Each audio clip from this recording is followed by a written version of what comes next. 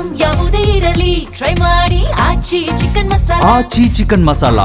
ಬಾಗಲಕೋಟೆ ಉಪಚುನಾವಣೆಯ ಕಾವಿನ ನಡುವೆ ಕಾಂಗ್ರೆಸ್ನಲ್ಲಿ ಟಿಕೆಟ್ ಪೈಪೋಟಿ ಕೊಂಚ ಹೆಚ್ಚಾಗಿದೆ. ಮೇಟಿ ಕುಟುಂಬಕ್ಕೆ ಟಿಕೆಟ್ ನೀಡುವ ನಿರ್ಧಾರ ಇದ್ರೂ ಕೂಡ ಇತರ ಆಕಾಂಕ್ಷಿಗಳ ಫೈಟ್ ಅಂತೂ ಮುಂದುವರೆದಿದೆ.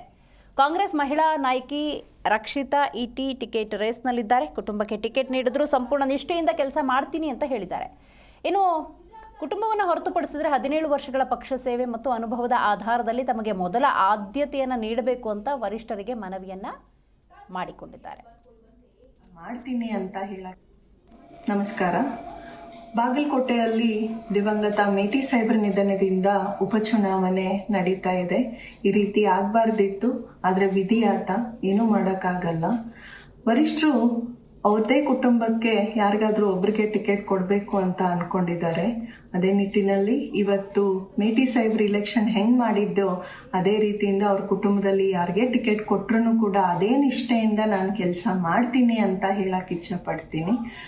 ಮೇಟಿ ಸಾಹೇಬ್ರ ಕುಟುಂಬ ಬಿಟ್ಟು ಬೇರೆದವ್ರಿಗೆ ಯಾರಿಗೇ ಕೊಡೋದಾದಲ್ಲಿ ನಾನು ವರಿಷ್ಠರಿಗೆ ಹೇಳಕ್ ಇಚ್ಛೆ ಪಡ್ತೀನಿ. 17 ವರ್ಷ ನಾನು ಪಕ್ಷದಲ್ಲಿ ಕೆಲಸ ಮಾಡಿದ್ದೀನಿ.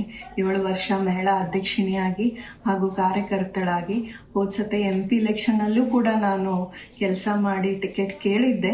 ವರಿಷ್ಠರು ಮುಂದೆ ಒಂದು ಒಳ್ಳೆ ಅವಕಾಶ ಸಿಗುತ್ತಂತ ಹೇಳಿದ್ರು ನನಗೆ. ಸೊ ಆ ನಿಟ್ಟಿನಲ್ಲಿ ವರಿಷ್ಠರಿಗೆ ಹೇಳಕ್ ಇಚ್ಛೆ ಪಡ್ತೀನಿ.